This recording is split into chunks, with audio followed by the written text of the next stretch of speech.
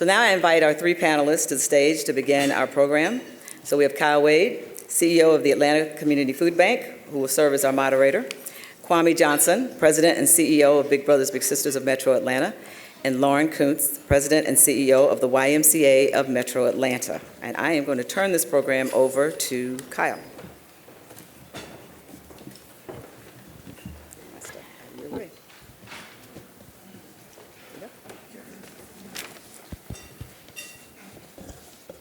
All right, good afternoon.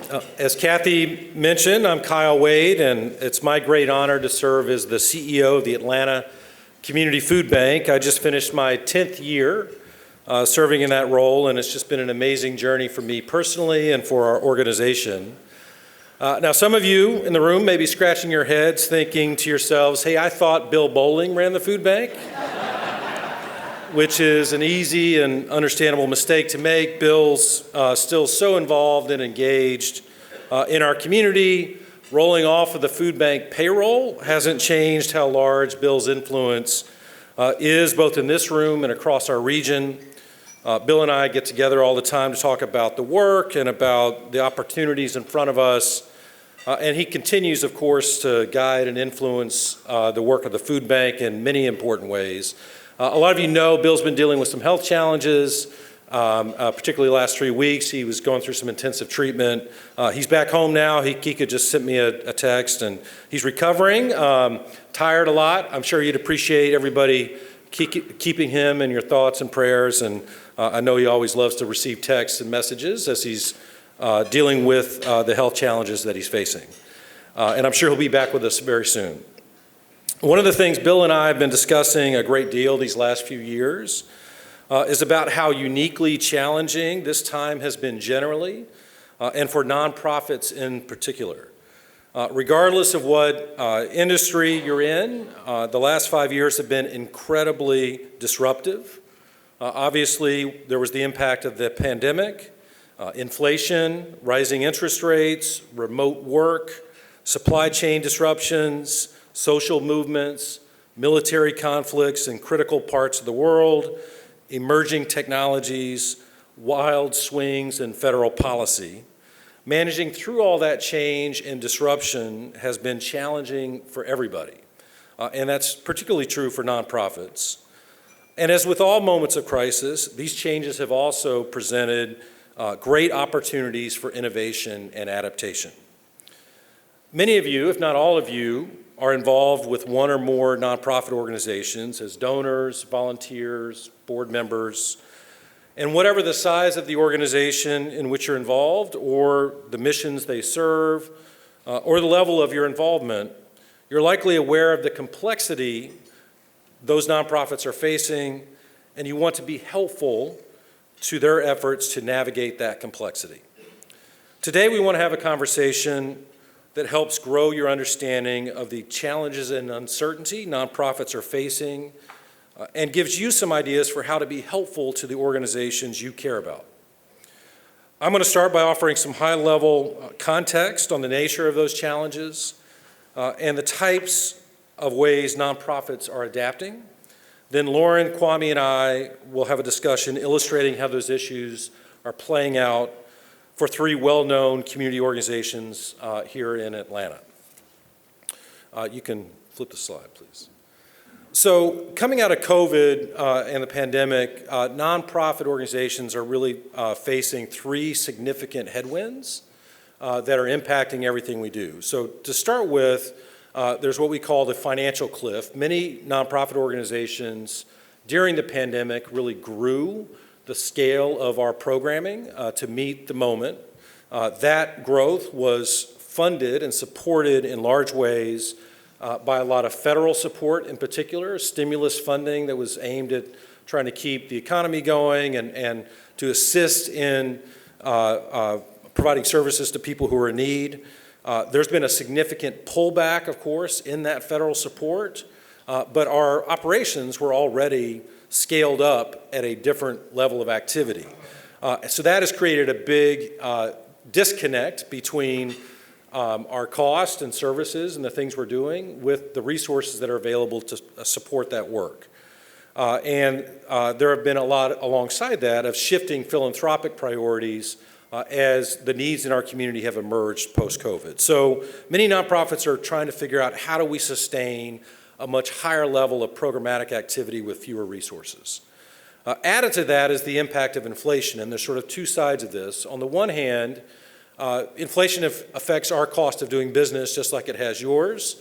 Our payroll costs at the food bank have gone up about 50% over the last 3 or 4 years. Our budget overall is up 75% from where we were in 2020. The cost of fleet and freight, the cost of buying food, all that stuff is much more expensive. And so to do the same today costs a lot more. Similarly, inflation has had a huge impact on the people we serve.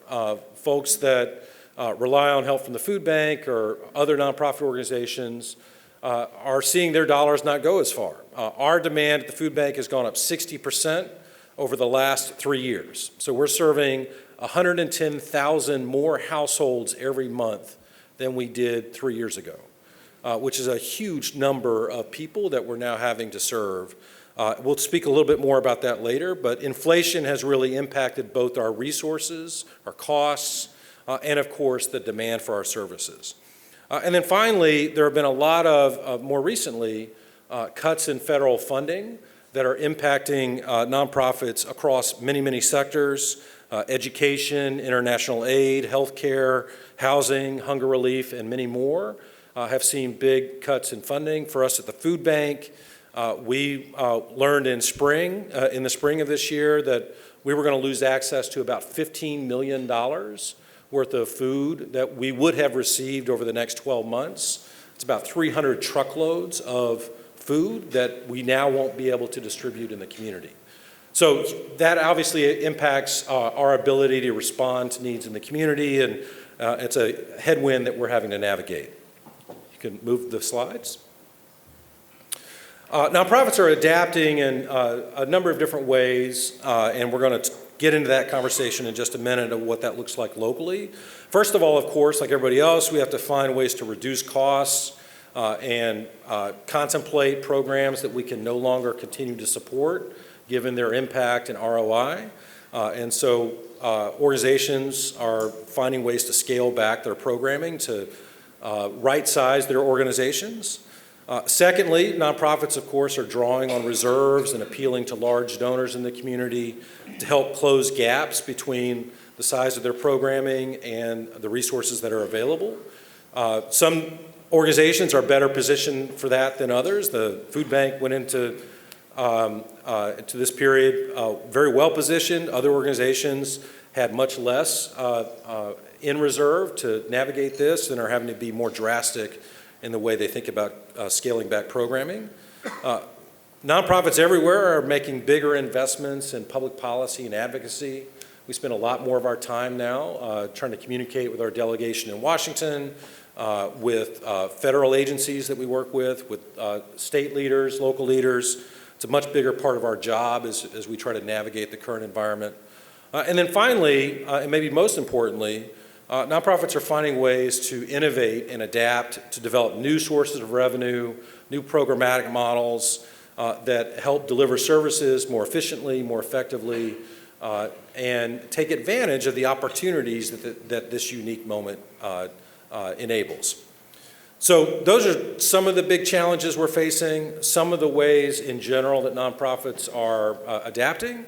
And now we're going to bring Kwame and Lauren into the conversation and talk about what that looks like locally. So why don't we start just by quickly introducing each of you and describing quickly the scope and scale of the organization you lead. Maybe Lauren, you can start, and then Kwame, and then I'll talk about the food bank. Well, hello everybody. Thank you for coming. I was telling my son, who's my guest today, that I don't typically get nervous, but I was just scared nobody would show up to hear about this. So thank you for being here. Really appreciate it. So I'm the CEO of the YMCA of Metro Atlanta. I've been at the Y for 13 years. I've been the CEO for 6 years. Yes, there is a slide that tells you a little bit about who we are. We are the oldest nonprofit in Metro Atlanta. We began in 1858. Really, the story of the Y is the story of Atlanta. Our first branch was the railroad branch. The Y was established in Atlanta because young men were coming from around the southeast to Terminus to build railroads, and they wanted a safe, wholesome place for young men to go. And so our mission to build healthy mind, body, and spirit has not fundamentally changed in 167 years. What has changed is how we have to look at that mission. And the question really becomes, what does building healthy mind, body, and spirit look like in 2025 and beyond? We have to adapt and evolve as an organization to be relevant within our community. You can look at our budget breakdown. We're a $150 million organization. You can see 55% comes from membership and program fees, about 30% from government grants. I will say government grants are not free. They are the hardest work you ever do. And then the last 15% comes from philanthropy. And so the way I describe that to people is the earned revenue through membership and programs. That's how we turn on our lights, pay our staff, run our programs, open our doors. The 30% is how we provide education, food, other programs for those in our community who are most vulnerable. And that last 15% is what allows us to say yes. We try not to turn anyone away from a YMCA. We try to provide financial assistance. Last year we gave out $7 million in financial assistance for kids and families and active older adults to be a part of it. We have 750 full-time staff, about 3,000 part-time or seasonal staff. We have 20 full facility Ys, so think a Y with a gymnasium and a pool. We are the largest provider of Head Start in the state of Georgia. And Head Start is a federal program for families at poverty level or below for children 6 weeks to 4. And many of you have heard Comer Yates talk about Read Right from the Start and the work that the Atlanta Speech School Rollins Center does as it relates to literacy. And we have been the primary partner for the last 15 years. So when that partnership launched, the speech school brings the science and the knowledge, and the Y brought the facilities and the kids. So right off the bat, we're scaling up to serving 3,000 children with Read Right from the Start. It's all about infusing literacy in so they have the skills that they need to start kindergarten and be prepared. So 2 youth and teen centers, 65 after-school sites, Camp High Harbor at Lake Burton, Camp High Harbor at Allatoona, about 14 counties. And I've put just a few key metrics. You can see our key programs. I think probably the hardest job that I have is to help people understand all that we do.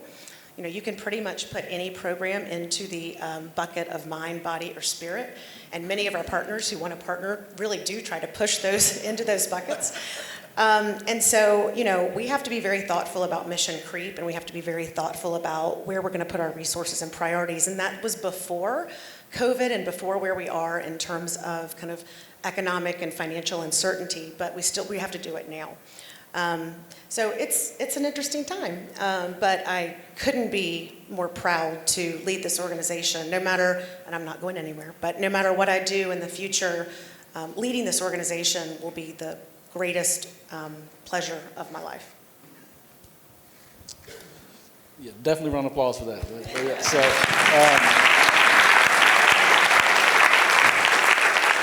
I'm honored to be up here with my two colleagues. We do a lot of work together and have conversations about how we're doing and how we're navigating. And I want to thank Kathy for your leadership, and also Keith Parker, who's my big brother, for allowing this panel to happen. I'm Kwame. I consider myself a defender of potential and also a social entrepreneur.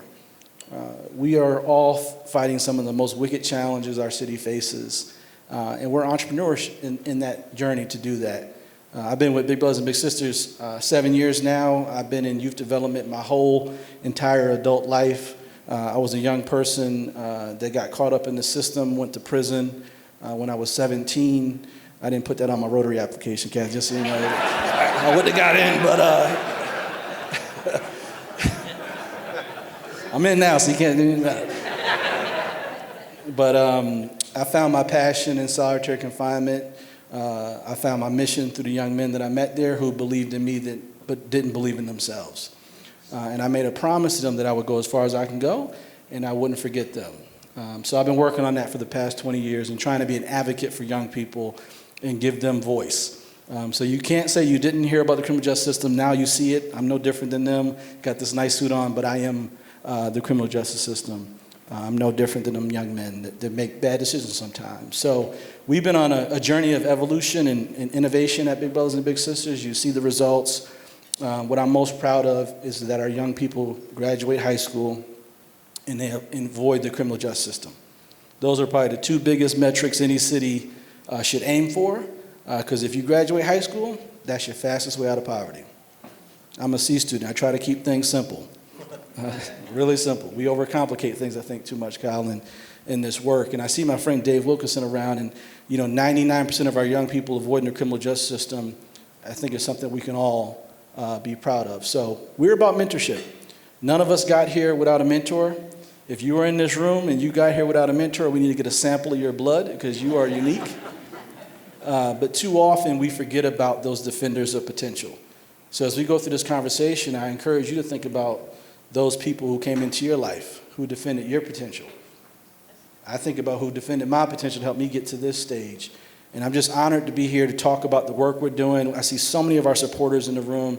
You all make this work possible and make our city what it is today. And I think we're really moving in the right direction.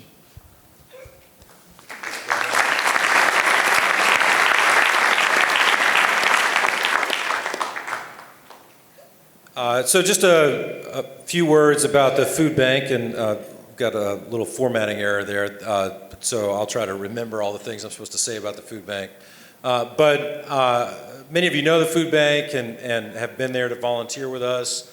Our mission at the food bank is to engage, educate, and empower the community to fight hunger. We're about building capacity in the community to make a difference. We work with 700 community-based nonprofit organizations across 29 counties to get food and resources to those organizations so they can then in turn get those resources to people who need them in their local communities. We're serving right now about 250,000 households every month through our network of partners. That's about 11 or 12% of the total population across our 29 counties that is getting food from a food pantry every single month in our community. Annually, we distribute about $280 million worth of food and resources through that partner network. That's about 60 truckloads of food a week that are moving out of the food bank and into the community. About 20 of those truckloads, about a third of our total distribution now, is fresh produce. Our inventory has changed radically over the last 10 years, where more and more of what we distribute is perishable food as opposed to non-perishable cans and boxes of food. We have about 230 full-time folks on staff at the food bank. We engage 43,000 volunteers every year and are supported by about 40,000 individual donors, many of whom are giving us really small checks because they just believe in taking care of their neighbors. We also work with a lot of schools across 9 different school districts, getting food on site to those school communities. We work with healthcare partners, including Grady Hospital. We've got the great Jesse Hill Market over there in what used to be a McDonald's just outside Grady Hospital. At the end of the day, what's really important to know about the food bank is the people that we serve. There are misconceptions about who goes to a food pantry. A lot of people think that the food bank is there to serve primarily the homeless population or the disabled population or the chronically unemployed population. And certainly we do serve those folks, and it's important to do so. But the vast majority of people we serve are working families. 60% now of the people we serve have incomes that are too high to qualify for food stamps. So these are people making $50,000, $60,000, $70,000 a year who, because they're spending an extra $100 a week on gas and groceries, now are upside down in their monthly budget and they need help to make ends meet. And increasingly, we're seeing more and more of our neighbors experience that kind of economic vulnerability where they're just one setback away from needing to go to a food pantry to be able to feed their families. So that's high level where the food bank is. Let's shift the conversation to talk about just how have things gone the last 5 years. I talked about some of the changes So what's really changed for your organization in the last 5 years, and how are you adapting? What are the ways in which your organization is pivoting in these moments? So I won't spend a lot of time on COVID, but I will share that, in the course of 6 days, we went from running all of those sites that you saw on that slide to shutting everything down. But then within a week, relicensing all of our facilities to be emergency child care for those working on the front lines of COVID. So hospitals, warehouses, grocery stores. If you couldn't work from home, you could come to a Y, and we provided child care so you could work. And we've been in the child care business since the 1920s, so we know how to do this. And so, kids had masks, we had masks, we had temperature checks. We used all of our space inside and outside, and they socially distanced by walking around in hula hoops, right? I mean, you've got to be creative. And so, we served 3,000 children doing that over the rest of 2020. We also worked with Kyle and a number of other organizations, the Atlanta Braves, Must Ministries, the list goes on. We put together a consortium of about 45 organizations that came together to distribute food, and we served 600,000 meals out of a YMCA parking lot in Atlanta in 2020. And so I think what we need to take away from that is what we learned in that moment. If you look at the size and scope of our organization, the number of locations, the number of program lines, it's like a large ship. But we had to learn very quickly how to become a speedboat and how to really turn on a dime and stop what we were doing and then completely start new programs, because at the end of the day, we are a mission-driven organization. So we had to answer the question, what exactly does building healthy mind, body, and spirit look like in this moment in March 2020 and throughout the rest of the year? And so I think we became leaner. Unfortunately, when we think about all of the waste that happened in the fraud with PPP in 2020, because we had more than 500 full-time equivalents in 2019, the YMCA of Metro Atlanta was not eligible for any PPP. So we lost 50% of our membership, in some cases 100% of our program income, and we were not eligible for $1 federal dollar. I'm still a little bit bitter about that. I need to go to counseling. And we were doing all of this great work. And so really, to be completely honest, it was the philanthropic community that stepped in and said the YMCA is too important to fail. And they recognized that we had completely changed what we were doing and had become very nimble. And so I had to lay off all of our part-time staff. You saw that I have 3,000 part-time staff. Had to lay everybody off. We had to restructure the organization from a staffing standpoint. It really didn't matter what you did the week before. If you were still on staff, you were either in food distribution, emergency child care, or member outreach, especially for our active older adults. We were delivering toilet paper to people who couldn't get out of their homes. So, I think, we got very, very lean, and we really began to think about what exactly do we need to deliver. And as painful as that time was, and quite frankly, 2021 was harder than 2020 because we had the full effect of losing all of that income. But it really set us up on a path that, we're scrappy. We're this big organization, but we think fast, we act fast, we're nimble, and we're kind of always waiting for the other shoe to drop. And so this has been challenging, but I think we were mentally prepared. I can talk a little bit, I think, in another question about exactly how some of the federal cuts are impacting our programs, but I think that might be later. So we've been on a journey as well. For those who have known us, we used to be in Midtown. When I first joined the organization, we asked ourselves, is this where we need to be? And my answer was no. We needed to be in the community. So we put our building on the market, and like a month later, COVID happened. And that's not what I was expecting. Never sold a building before, but my board, many of them are in the room today. If BBS board members, you can raise your hand so everyone can see you guys. They leaned in. We set up a board task force and for the building. We sold the building, and we got into the community. We're over at the Met in Southwest Atlanta. And from there, our journey has really been about innovation. I've always built programs for the community. Too often in our space, programs are built by credentialed professionals.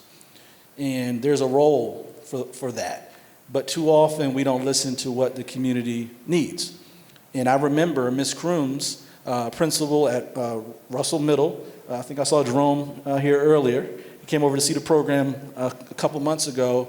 And Ms. Crooms, and if you want to learn about a community, ask a principal.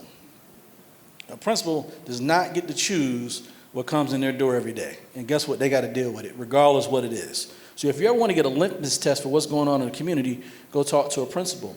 And Ms. Crooms came to us, and I've been working with Ms. Crooms for many years. And she said, Kwame, love Big Brothers and Big Sisters. Y'all match kids with mentors. We've been doing that for 60 years. That's amazing. She said, but you know what? I need a mentor for every kid in my school building. And I said, wow. You know, I speak on stages every day, and I'll put a pitch out now for mentors. I'll probably get about 10 of you all to sign up to be mentors.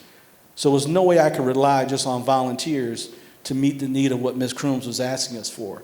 And there were multiple principals that kept saying, in this post-COVID world, Kwame, with kids being isolated, with social media, the need for mentorship is more essential now than ever. So I need a mentor for every kid in my school building. At the time, we didn't have a model for that. We actually never did group mentoring or had paid mentors. It wasn't even approved in our network. So I had to go to my board. We had gotten a McKinsey Skiff grant at that time, so we invested $1 million in a new model called Level Up. And what Level Up is, we are embedding paid mentors from the community in public education to mentor kids every day and every week in schools. So what we are embarking on, my big vision, is to embed mentorship in public education at scale. Not just a few kids, all the kids. In particular, the kids that get overlooked in our society. The water boys, right? Everybody knows who the water boys is, right? Guess what? They go to school at some point. We got to catch them before they leave school. All kids go to school. Conflict happens at school. Relationships are formed at school. If something happens at lunchtime at a school, if it's not resolved, it's going to happen on Saturday and get resolved. So I said, why not go to schools where we can reach all the kids, in particular the kids that get overlooked? Because guess what? When I got in trouble, I couldn't go to most youth development organizations, but I could still go to school. So now in our schools like Russell, we have paid mentors working with kids every day. Trikilla, she's one of our lead mentors from the west side of Atlanta, went to Russell when it was Brown Middle School, became a teen mom, bumped her head a number of times. But now she's working at Russell as a lead mentor with 50 young girls every day, helping them make the right decisions. This program is now scaled to 5 schools in Atlanta. The mayor's office is behind it as a part of Year of the Youth. And we're teaching 15 other cities in the Big Brothers and Big Sisters network on how to do this model. So that's the type of innovative thinking we've been doing, which has enabled us to double, triple our size coming out of COVID and navigating the challenging times, because we're all navigating different things. But what I've always tried to do is think of different innovative ways to really solve some of the toughest problems that our city faces. And that's been one of our innovations, has really helped us receive more funding, but also continue to pivot and serve more young people in this period of time we're in. So I've mentioned already a few of the ways in which things have changed for the food bank over the last several years. Our number of people we're serving has gone up dramatically, 60% increase in people who are showing up for food assistance. We're distributing 65% more food than we did pre-pandemic. Our expenses have gone up 75%. We've got a lot of pressure on resources in a variety of different ways, both financial resources and food resources. And so a lot of what we've been working on to adapt quickly is just how do we find more efficient ways to get the food and resources we need to serve the community. So just a few examples of the things we've been working on. One, I already talked about the importance of produce for us. We've developed a number of innovative partnerships with producers around the Southeast to get surplus product directly from farms, by the truckload to the food bank and then out to the community. That's allowed us to access an incremental 13 million pounds of produce a year. That's super fresh, high quality, amazing product that we're now getting to families at a much lower cost than if we were to try to buy non-perishable items on the wholesale market. 2, we've implemented what we call a USDA clean room. This is just a fancy room that allows us to repack donated protein. In the past, if we had, say, Tyson Chicken offer us a truckload of surplus 50-pound boxes of frozen chicken patties, we couldn't have accepted that, because I can't give a person 50 pounds of chicken. Kwame's freezer might be able to hold that, but most people can't. And we couldn't repack it based on food safety laws and standards. So we had to just turn down those donations. Now we have a resource that allows us to use our employees to repack that product in a controlled environment into smaller quantities, 3, 4, 5 pound bags that we can now distribute to families, which has allowed us to grow protein by a couple million pounds a year. We've worked hard to grow our fundraising capabilities, particularly around major gift fundraising, and have really added staff and expertise in the way that we go about that. We have found new earned income revenue streams. As an example, we've taken in-house a repacking operation that a third-party logistics, produce logistics company was doing on behalf of one of our partners. We're now doing that repacking work at the food bank using volunteers and employees that'll generate a couple $1 million a year in new revenue to help offset some of the cuts that we're navigating. And then, you know, we spend about $18, $19 million a year buying food. We're working really hard right now on optimizing that spend. If we just lower that cost by 10% on a unit basis, a per pound cost on our food purchasing, that in effect is giving us $2 million worth of additional purchasing power on the amount of food that we're buying. So we're working really hard to think about how do we operate more efficiently and effectively to continue to supply the community with the same resources we did before in a much more challenging environment. Our board has been really helpful to us as we've gone through that journey, and I know your boards have been important to you. So talk about how you've engaged your boards during this period of adaptation, and what are some things the folks in the room can think about and how they support the organizations they're involved in. Kyle, before I do that, I do just want to give some very specifics, because I think it's important to know, like, what programs are we talking about? And the other thing I'll say is, you're never going to find any one of us making political statements. We are apolitical organizations, and so we just take the facts and we try to navigate what those facts are. So I'll give you 3 examples of things that we're navigating at the Y. The Y, as I said, the Y is the largest provider of Head Start in the state of Georgia. So 3,000 children ages 6 weeks to 4 in 19 centers every single day. And again, we're talking about people, you could only qualify if you were at the poverty level or below. And we take it very seriously that those kids are going to have the skills they need to really own their own futures once they leave. There was a leaked budget that came out in the spring that showed Head Start completely zeroed out. That was a real concern, as you can imagine, and it's not an Atlanta problem, and I think that's one of the things that we always want to share with folks. 22,000 children across the state of Georgia are in Head Start programming. 5,000 are in Atlanta.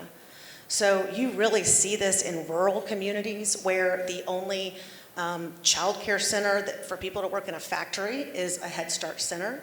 So this is a statewide, it's not city versus rural, it's all over. And so we used to have a part-time lobbyist. She was really sweet. She doesn't work for us anymore. We now have a really great lobbying firm. And to your point, I spend a lot of time with our lobbying firm. And I spend a lot of time with our national peers, with folks around Georgia, to really make sure that every elected official understands what's happening in their backyard. And so I think through that work, we were really fortunate that when the budget came out, Head Start was whole. And so the good news about that, the one thing I want you to think about, some of the programs we're talking about, with Head Start, we know that 80% of the parents or caregivers in Head Start are working. And our headquarters, we have our Research to Practice Head Start Center. And I can tell you where they're working. They're working at Waffle House. They're working at State Farm Arena in concessions. They're working as maids in the Signia Hotel across the street. And so when I start to do the math, if 80% of those parents of the children that we're serving across our 19 centers, if they either can't work or they have to work less, that is a huge economic issue for Atlanta and their region. It will impact all of us if we don't have a workforce that is going to do those jobs and has childcare so they can do the jobs. So the good news is for this coming year, that budget is whole, so that's really great news. The second area that we've been highly focused is something called 21st Century Achievement Grants. That is the only federal child care subsidy for working families in poverty for after-school or summer programming. That has been cut out of the budget. That is no longer there. So we have 65 after-school sites. 4 of those were being funded through 21st Century Achievement. We will not be able to run those this year. It's just, we can't do it without that.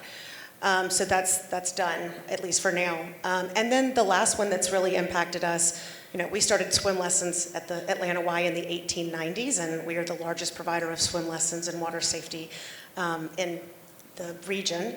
22 pools, 3 lakes that we do our work on, but even in the past 4 years, we've done 10,000 swim lessons for free for kids and families in low-income communities. But the CDC Injury Prevention Center is gone, and so that was the only place for drowning research and a repository for the data around the country.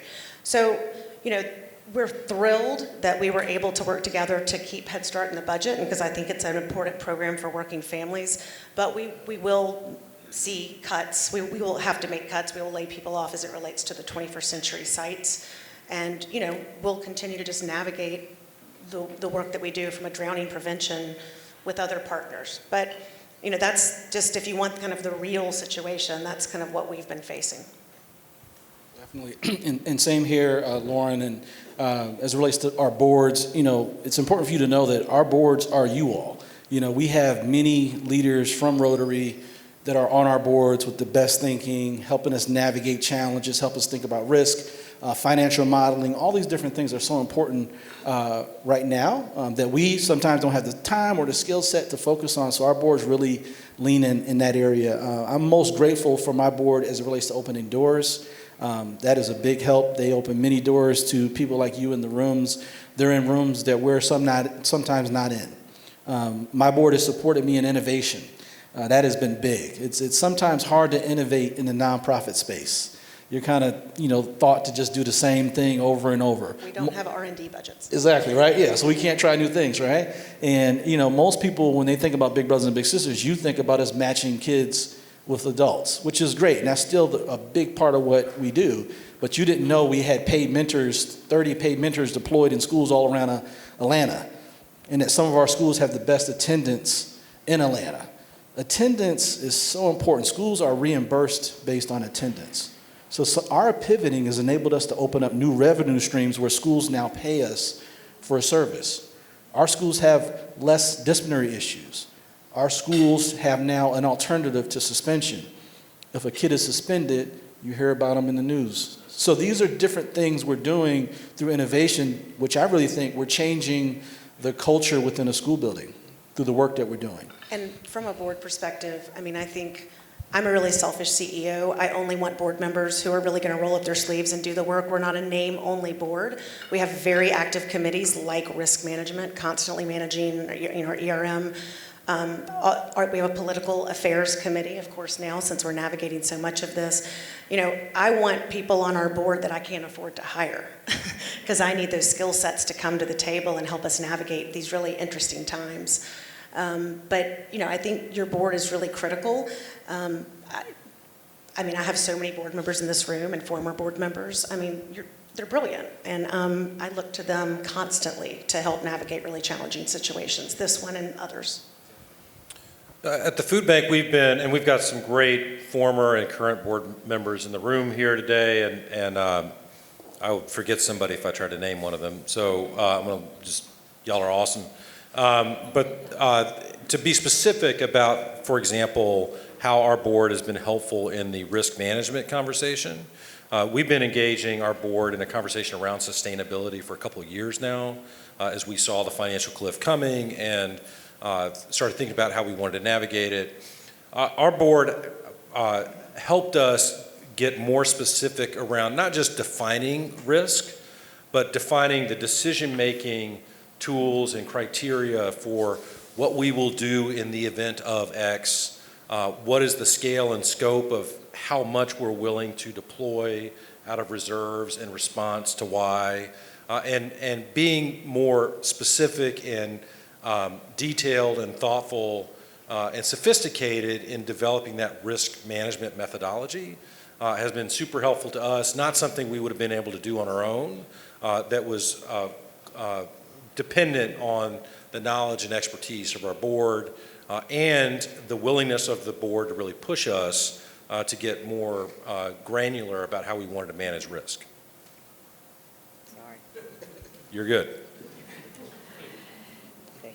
So I just want an opportunity for anybody here who wants to ask a question. A Rotary member that wants to ask a question, if they could come to the mic we have, that would be great. Thank you.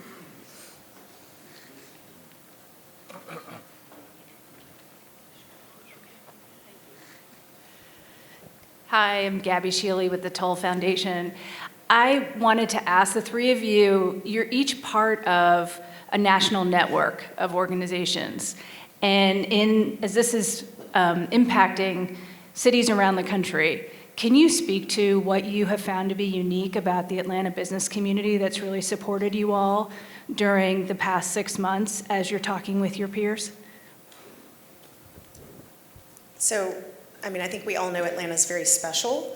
There's so much civic leadership that happens from the business community. It's really an expectation. I think when new leaders come into town, I think what I'm really seeing is that you can work with the national group, but it's really all going to need to be local. From a lobbying effort, you can work with your national group, and that's really helpful. But what I am seeing here and what I hope is the case is that folks in this room and beyond, whether there is waste in government, I hope that the leaders in Atlanta know nonprofits well enough to know that that waste doesn't extend to the nonprofits on the ground doing the work, and that there will be that sort of support where we all come together to do big things. I worked at Cox Curry when it was the Save Grady $400 million campaign, and when that happened, you saw corporate, nonprofit, and government come together in a really powerful way. And I think if we see big cuts and they continue, then I think we're going to have to think about collectively, what do we want to prioritize as a city, and how do we come together with the resources that we do have to make the biggest impact. And I'm going to move to the next question because we are almost out of time. Hey, I'm Zach Young, used to be the headmaster at Wesleyan. Why isn't there a YMYWCA? Why do those two organizations not join? It would seem to cut down on a lot of duplication if they were to merge. Well, there's really not a lot of duplication here in Atlanta. The YM, as I said, the YW grew out of the YM many, many years ago, decades ago, probably 100 years ago. The YW here in Atlanta focuses on early learning. They have an early learning center on North Highland in Virginia Highlands. They have some after-school programming. They're a fabulous organization. I've been a part of their Academy of Women Achievers, but they're a really small organization, and their mission is different from our mission. And so one of the things I am excited about, though, is that they have completed their capital campaign to renovate and reopen the Phyllis Wheatley Center on the west side, which will be directly across the street from our headquarters. And I think we have the opportunity to create a model that their programming and our programming can complement one another. And so I actually think that we could be a model nationally to not be the same organization, but to work together in a very complementary way since we have different programs.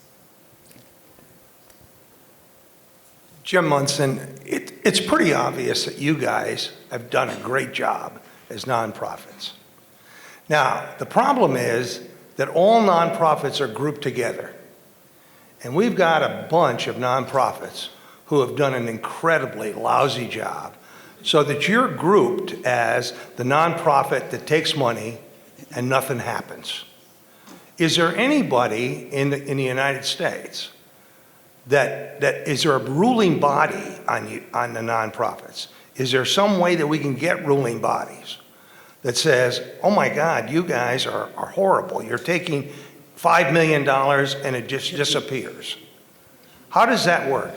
Yeah, whenever I talk to a group of millennials and they want to give back, because they all do, I say, do not start another nonprofit. Okay. Right? You know, so Thank you. you know, most of them have programs, but they're not nonprofits. So it's a challenge. I think Atlanta's done a great job. I see Milton here. I think he plays a big role in helping bring us all together. But you know, we all get together. There's about 20 of us. And we talk about that quite a bit because collaboration is key. I see the new leader of Boys and Girls Club in the room. Let's give her a round of applause. Congratulations. Boys and Girls Club, Big Brothers, Big Sisters. So when you write the check, don't send it. The names always get confused. The names always get confused. But there's a need for more collaboration in our space. We have a saying where we say bigger together. We can't, you know, do this by creating so many different nonprofits. And I think we have at least tried to be the warden of this space here in Atlanta. We're out of time. I'm sorry. But yeah, go ahead. This isn't a question. This is a congratulations to Kwame. The organization was Big Brothers Big Sisters of the Nation Award, the best in the country Wonderful. this year.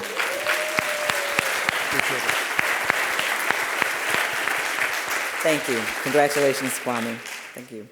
So let's thank our panelists for the information they provided today, and thank yourselves. You are on their boards and the other boards for other not-for-profits in the city. So thank you all very much. So this concludes our program. I will tell you, please be here next few weeks. August 4th, we have Ambassador Michelle Taylor. August 11th, we have Senator John Ossoff. That's a change. And August 18th, we have Dan Gertzikov, the Big Green Egg. Thank you. We are adjourned.